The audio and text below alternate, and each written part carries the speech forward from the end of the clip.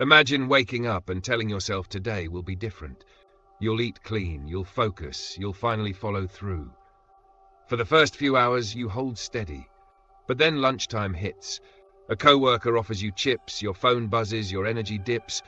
By the evening, you're back where you started, snacking, scrolling, skipping the very habits you swore you'd build. You feel defeated, like you're weak. But you're not weak. You're playing the wrong game. Willpower is a battery, and batteries run out. Environment is gravity. It never stops pulling. And once you understand how to design gravity, you stop fighting yourself and start winning almost automatically. Here's the shocking truth. Studies show up to 90% of your daily actions are shaped not by discipline, but by your environment. That means it's not about trying harder, it's about designing smarter. And there's one tweak proven to boost focus by 40%. I'll show you what it is in a moment, but first, let's break down why relying on willpower alone guarantees failure. Psychologists call it decision fatigue. Every choice you make eats at your mental energy. First thing in the morning, you feel sharp. By the end of the day, you're running on fumes. That's why diets fail late at night and why gym attendance drops after work. Willpower is fragile, but your environment, it's relentless. If your kitchen is stocked with junk food, no amount of motivation will save you. If your desk is littered with distractions, focus will collapse. The path of least resistance will always win. Which brings me to friction. If you want to change your life, change the friction points. Reduce friction for good habits, increase it for bad ones. If you want to drink more water, keep a bottle on your desk. If you want to run, put your shoes by the bed so you trip over them in the morning. If you want to read, drop a book on your pillow so you see it every night. And if you want to cut bad habits, flip it. Put the cookies in the garage. Delete the social apps. Lock your TV remote in a drawer. People think discipline is about gritting teeth. Discipline is really about designing slopes. Make the good hill downhill and the bad hill uphill. Quick question for you. What's one habit you've tried to build that feels like an endless battle of willpower? Comment it below. No judgment. I've probably failed at worse. But putting it in words makes it real. Now let's talk cues. The brain craves shortcuts. It pairs actions with triggers, forming automatic scripts. If you always snack in front of the TV, the couch becomes a cue for hunger. If you scroll in bed, your pillow cues your brain for dopamine hits. That's why changing habits is so hard. You're fighting scripts your brain has been rehearsing for years. But cues can be rewritten. Swap the phone for a book at bedtime, and suddenly your pillow cues reading. Keep a gratitude journal by your toothbrush, and brushing cues reflection.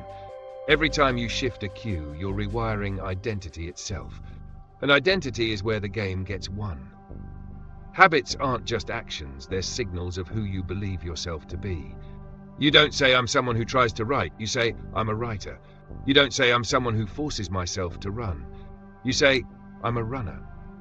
And identity sticks. But identity is shaped by environment. Surround yourself with books and you'll identify as a reader. Surround yourself with fit people and you'll become fit. Surround yourself with clutter and chaos and you'll unconsciously mirror it. You don't rise to your goals, you sink to your environment. By the way, if you're still with me, comment still watching. I'm tracking who the real ones are. Here's where things get crazy. That one tweak I teased earlier? The 40% focus hack? It's simple. Remove your phone from your workspace. Don't silence it. Don't flip it over. Physically remove it from the room. In study after study, workers who had phones visible, even face down, performed worse. Those without phones in sight focused longer and deeper, with productivity up to 40% higher. That's environment beating willpower in real time. And this isn't limited to physical spaces. Your digital environment is just as powerful. Apps are designed to hijack your attention. You don't resist forever. Delete the worst offenders. Curate your home screen so only useful tools are visible. Turn off notifications. Suddenly, your phone shifts from a casino to a tool. That's not inner strength. That's smart architecture. Now let's add your social environment. Humans are tribal. We mirror the people around us without realizing it. If your friends complain, you'll complain. If your coworkers snack, you'll snack. But if your circle values fitness, growth, and resilience, you'll follow suit. Neuroscience shows mirror neurons fire when you observe others, priming you to imitate. You don't just live in an environment, you become it. So let me ask, who in your life is an anchor holding you down, and who is a sail pulling you forward? Comment it below. Recognizing this is the first step in designing your social world. This brings us to habit stacking, one of the most elegant environment hacks. You take an existing anchor habit and attach a new one to it. After brushing your teeth, you meditate for 2 minutes. After brewing coffee, you journal. After lunch, you walk. You don't fight yourself, you ride the wave of a routine already wired into your brain. Stack enough of these, and your environment turns into a conveyor belt of positive actions. And let's not forget friction engineering at the next level. If you want to save money, cut up your credit cards and delete your info from shopping sites. Now, impulse buys aren't a click away, they're a mountain of friction. If you want to learn more, put a book on your couch and hide the remote. Every detail of your environment should quietly whisper who you're becoming. Which brings me to the invisible loop. Earlier I mentioned a 50% productivity boost some companies found. I'll tell you how they pulled it off in a second. But first, think about open offices.